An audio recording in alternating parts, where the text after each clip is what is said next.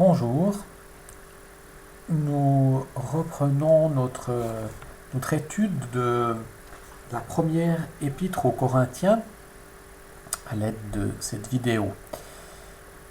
La dernière fois, nous avons lu ensemble la partie, nous avons commencé à lire l'épître, souvenez-vous, et nous avons d'abord parlé des différentes parties, de la sagesse. Et dans cette première partie du livre, qui va jusqu'au chapitre 6, eh bien, Paul réagissait à certaines choses qui lui avaient été rapportées par des gens de la maison de Chloé. Un cas d'inconduite, les chrétiens qui se traînaient devant les procès. Et puis à partir du chapitre 7, eh bien, nous avons lu, c'était Paul répondait cette fois-ci à des questions. Cette section est assez longue, elle va jusqu'à la fin du chapitre 14, répond à des questions que les Corinthiens eux-mêmes lui avaient posées. La première question, les premières questions, c'était le chapitre 7, rappelez-vous, c'était sur l'état de vie, sur le célibat, le mariage avec des païens. Ces différentes questions étaient abordées par Paul. Et on voyait que Paul, parfois, parlait en son nom et parfois il parlait au nom du Seigneur. Et nous terminions également par cette idée du tout m'est permis. Au chapitre 8, à partir du chapitre 8 et à la fin du chapitre 10 ou jusqu'au verset 23 du chapitre 10, eh bien, Paul va aborder une autre question, celle des viandes consacrées aux idolotites, les viandes consacrées aux idoles, c'est-à-dire aux dieux païens. Est-ce que les chrétiens peuvent manger ces viandes ou non? Voilà. Donc je vous invite à lire ces chapitres, à reprendre la lecture. On ne va pas le faire ici ensemble, je ne vais pas le faire parce que ça ferait une vidéo trop longue, mais de commencer pour vous à lire le chapitre 8. Cette question, peut-on manger les viandes consacrées aux idoles? Et puis au chapitre 9, Paul va illustrer son enseignement par un exemple de lui-même, en disant que lui a aussi renoncé à ses droits. Il pourrait dire que tout lui est permis, mais il renonce à ses droits pour ne pas scandaliser les plus faibles, les plus petits. Et dans le fond, c'est ce à quoi il invite également les Corinthiens. En gros, si les Corinthiens étaient devenus chrétiens, avaient-ils le droit de manger des animaux consacrés à d'autres dieux? Dans la pratique juive également et dans la pratique païenne, on allait offrir un animal à une divinité et puis ensuite on pouvait le manger, ou du moins des parties. Des grands repas, des festins, des banquets, est-ce que les chrétiens avaient le droit? Et Paul dit dans le fond, ces dieux n'étant rien, si vous verrez ça, en lisant le chapitre 8, vous allez voir, ces dieux n'étant rien, c'est pas grave, je peux le faire. Et après, 9, il dira, mais dans le fond, oui, tout m'est permis, mais si en faisant cela, je choque certains, je blesse ces personnes, je fais mieux, dit renoncer. Voilà. Nous passons maintenant au chapitre 10, et dans ce chapitre 10, parce que nous allons aborder maintenant au chapitre 10 et 11 dans cette vidéo, dans ce cours, l'Eucharistie, la partie sacramentelle. Et nous avons deux passages. Le premier au chapitre 10, des versets 14 à 22, ici, voyez, où Paul va aborder cette première question du repas du Seigneur dans le contexte, dans le contexte des viandes consacrées aux idoles, contexte idolotite. Puis on aura un deuxième passage au chapitre 11 où Paul abordera l'Eucharistie, ici à partir du verset 23, mais ça commence déjà au verset 17. Paul explique le cas, les paroles sur l'Eucharistie sont concentrées par les versets 23-26, où Paul explique ce cas bien,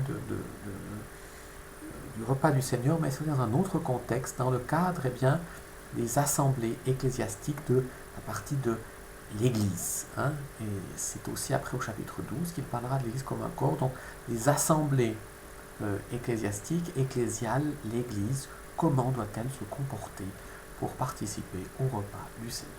Alors, arrêtons-nous tout d'abord sur le premier passage. Je relis ici une traduction plus littérale, mais celle de vos Bibles va aussi. Chapitre 10, 1 Corinthiens 10, à partir du verset 14. C'est pourquoi, mes aimés, fuyez loin de l'idolâtrie. Comme à des pleins de bon sens, je dis, jugez-vous ce que je dis.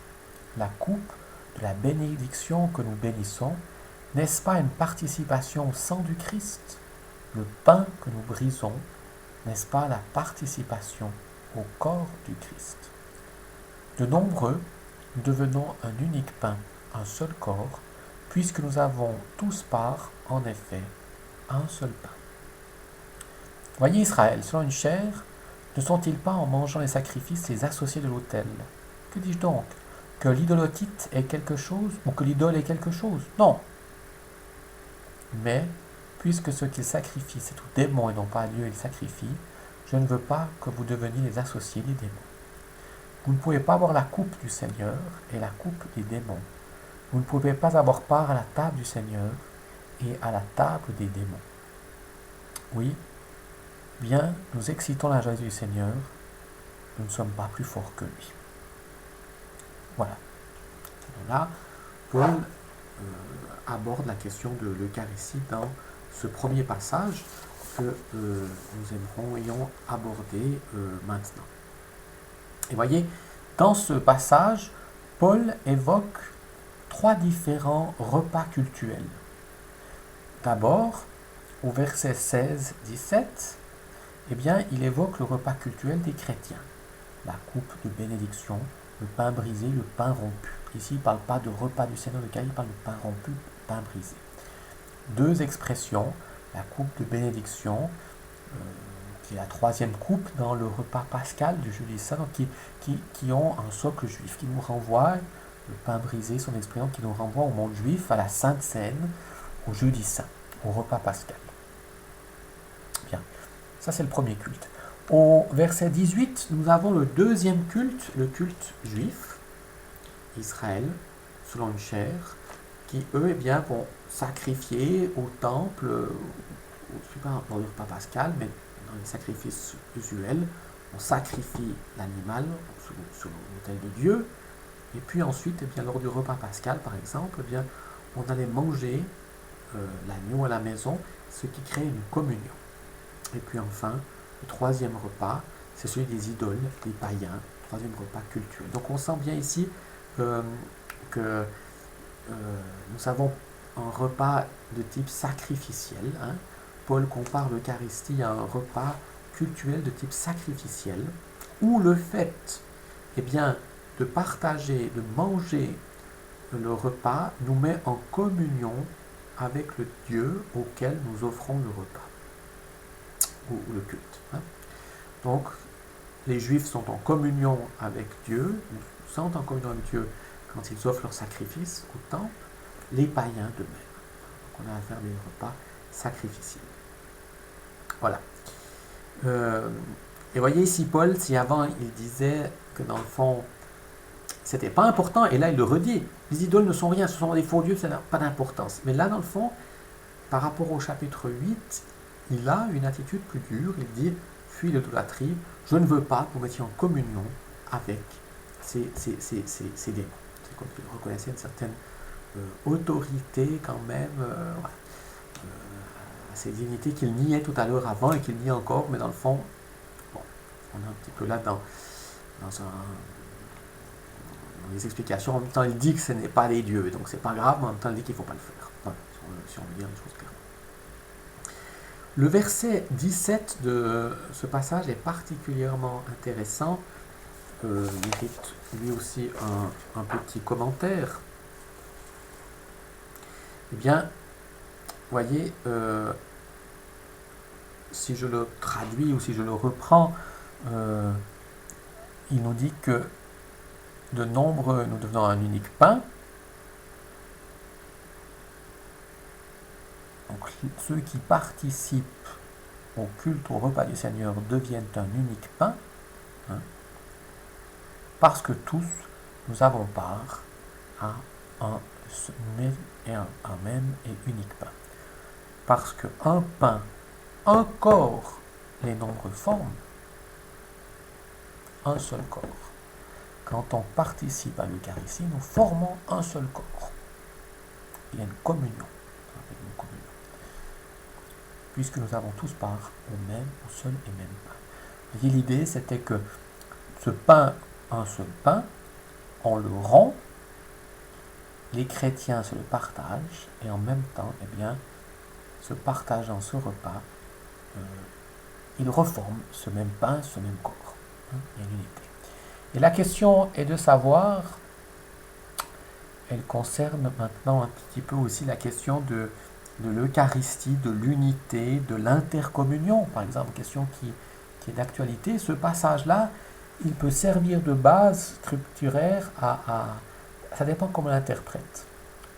On peut le comprendre comme en participant à l'Eucharistie, eh bien, nous devenons un seul corps. L'Eucharistie crée l'unité.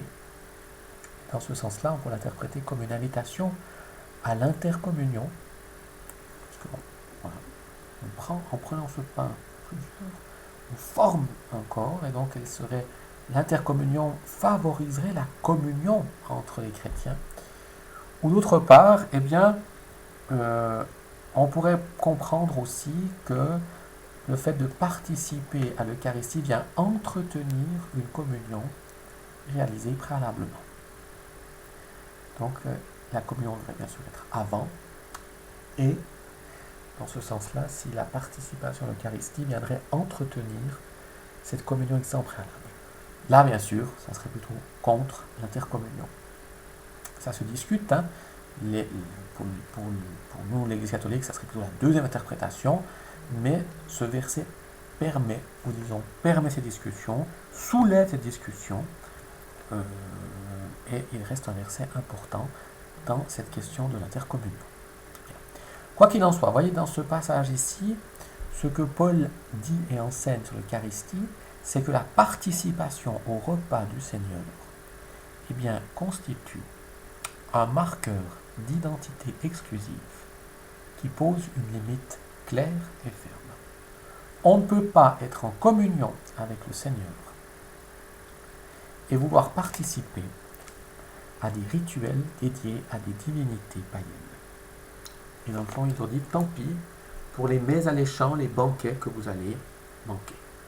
Et c'est à cette occasion, vous devez renoncer à ces grands banquets pour être en communion avec le Seigneur. On ne peut pas être en communion avec plusieurs divinités, avec le Seigneur et un des dieux païens. Et donc il faut renoncer à ça. C'est un marqueur d'exclusivité. Voilà. Au chapitre 11, maintenant, donc je vous invite à lire tout cela. À partir du verset 17, nous avons la question du repas du Seigneur. Et dans ce passage, nous avons tout d'abord la situation qui est exposée en Corinthiens 11, versets 17 à 22. Je n'ai pas à vous féliciter, vos réunions, loin de vous faire progresser, font du mal. Tout d'abord, lorsque vous vous réunissez en assemblée, il y a parmi vous des divisions, me dit-on, et je crois que c'est en partie vrai. Il faut même qu'il y ait des scissions parmi vous, afin qu'on voit ceux d'entre vous qui résistent à cette épreuve. Mais quand vous vous réunissez en commun, ce n'est pas le repas du Seigneur que vous prenez, car au moment de manger, chacun se hâte de prendre son propre repas, en sorte que l'un a faim, l'autre est ivre. N'avez-vous donc pas des maisons pour manger et pour boire? Ou bien méprisez-vous l'Église de Dieu et voulez-vous faire affront à ceux qui n'ont rien? Que vous dire? Faut-il vous louer? Non, sur ce point, je ne vous loue pas. Nous arrivons au verset 23, où là, Paul nous donne les paroles, verset 23-26, où Paul va nous parler du repas du Seigneur. Moi, en effet, j'ai reçu du Seigneur ce que je vous ai transmis, tradidi quod accepi en latin, que le Seigneur Jésus, dans la nuit, celle où il a été livré, il a pris un pain, en rendant grâce, il a brisé, il a dit, ceci de moi est le corps, le en votre faveur, ceci vous faites pour m'en souvenir. De même aussi la coupe, après avoir mangé, disant, cette coupe est la nouvelle alliance dans mon sang, ceci vous faites chaque fois que vous en buvez pour m'en souvenir. Car chaque fois que vous mangez le pain, celui-ci, et la coupe, vous buvez, la mort du Seigneur, vous annoncez jusqu'à ce qu'il vienne. Bien.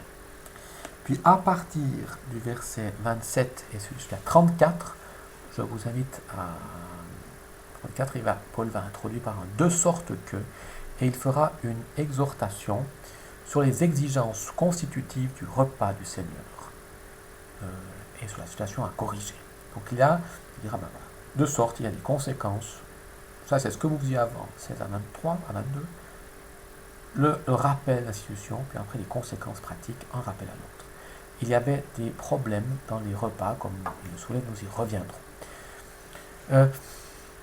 Je vous invite également à comparer les versets 23 jusqu'à 23, dans la deuxième partie, 23, Seigneur Jésus dans la nuit, 23b jusqu'à 25. Je vous invite à comparer cela avec les passages des évangiles synoptiques, à savoir Matthieu 26,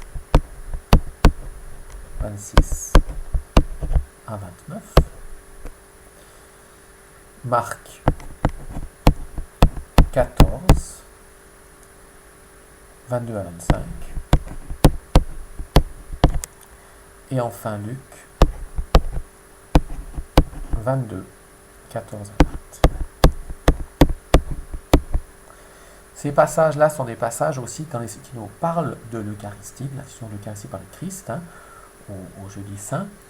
Et ici, saint Paul écrit bien avant eux. Corinthiens 56, 57, les évangiles, Marc 65, les autres 8 ans. Donc on est plus ancien témoignage à comparer, à voir. Ce que je peux vous dire, nous avons là 23, 24, 25, des récits comparables. Et puis au verset 26, chez Paul, il y a une espèce d'anamnèse.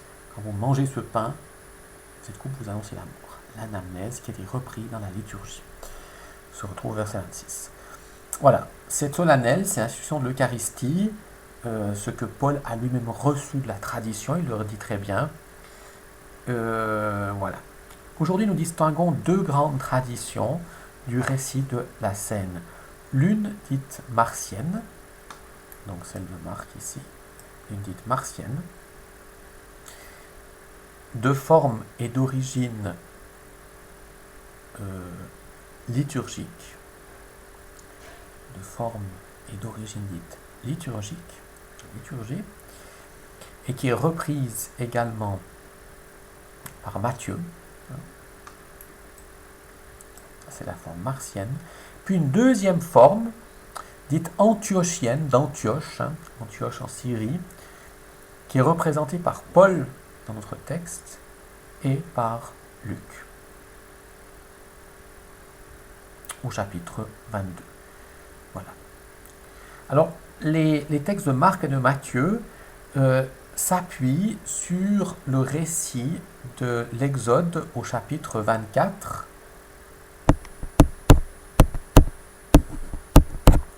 Au chapitre 24 de l'Exode, où le peuple, après avoir défini la loi, va conclure, reçu la loi au Sinaï, il a reçu ça de Dieu, il descend de la montagne, il présente l'alliance au peuple. Le peuple dit, oui, c'est ça, nous voulons suivre ces lois, ces tables. Et donc, il y a un rite liturgique, puisque Moïse prend du sang, asperge le peuple et dit, voici le sang de l'alliance que le Seigneur a conclu avec vous. Donc, il asperge le peuple avec ce sang, un rite liturgique, par ce sang que Dieu fait alliance avec vous. Vous vous rappelez, vous avez parlé de Nouveau Testament, cette alliance, ce rite de l'alliance qui renvoie à l'Eucharistie pour les chrétiens et donc se réfère à ce rite liturgique. Et puis, nous avons la tradition paulinienne, antiochienne, dont Luc se fait également l'écho, Et celle-ci, eh bien, se base plutôt sur le prophète Jérémie au chapitre 31. Jérémie au chapitre 31, verset 31, où le prophète annonce une alliance nouvelle. Voici les jours où j'établirai avec la maison d'Israël une alliance nouvelle et meilleure. J'inscris mal dans leur cœur. Voilà. Et c'est pour cela que dans ce passage, eh bien, et dans notre passage, Jésus dit, en 1 Corinthiens, cette coupe est la nouvelle alliance en mon sang. Une alliance nouvelle et meilleure. Voilà. Dans ce passage, dans les versets qui précèdent, Paul vient dénoncer les clivages qui existaient au sein de la société. Il dit, au verset 17b, vous vous réunissez pour le pire. Il parle de division, de scission. Et puis il dit eh bien, que tant et si bien que certains sont ivres et que d'autres ont faim. Alors, grâce à l'histoire sociale, l'archéologie, on a pu reprendre les maisons romaines avec le triclinium, la salle à manger. Les premières communautés se réunissaient dans des maisons publiques, hein, dans des maisons privées, je veux dire. On n'avait pas encore d'église, une domus. Et là, eh bien, dans cette domus, il y avait une salle à manger. À l'époque, on mangeait plutôt, on se réunissait allongé le triclinium. Le triclinium,